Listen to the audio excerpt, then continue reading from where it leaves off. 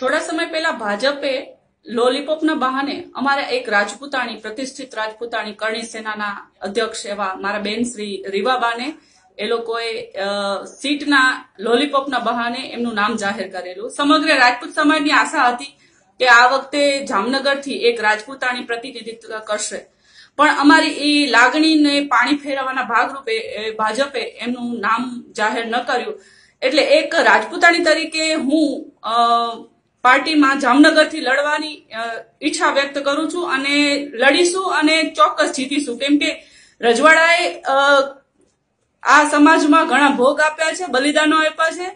આજે તમે લોકો એના એ ઇતિહાસ બલિદાનોની અવગણના કરીને તમે માત્ર ને માત્ર હાથા બનાવવા પૂરતો ઉપયોગ કરી રહ્યા છો, ત્યારે મારે એક રાજપૂતાણી તરીકે હવે તલવાર ઉઠાવવાનો સમય આવી ગયો છે અને લડીશું અને ચોક્કસપણે જીતીશું પણ.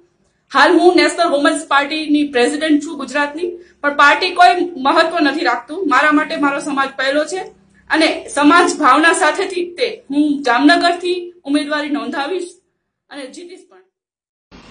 જય માતાજી. હું રીવાબા રવિન્દ્રસિંહ જાડેજા ભાજપના કાર્યકર્તા તરીકે એક બાબત સ્પષ્ટ કરવા માંગુ છું.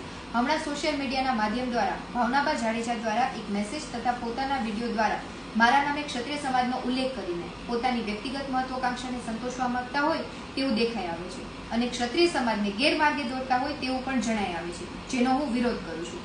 આ વિડીયો તથા મેસેજમાં ભાજપે ક્ષત્રિય સમાજની અવગણના કરી છે તેવું તેઓ કહે છે, જે સદંતર રીતે ખોટું છે.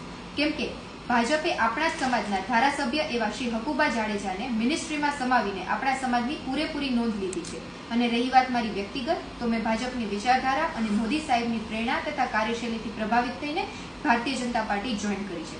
માટે આ સમગ્ર આપણા ક્ષત્રિય સમાજને નમ્ર અપીલ છે કે આવી ભ્રામક વાતોમાં દોરાવું નહીં. જય માતાજી.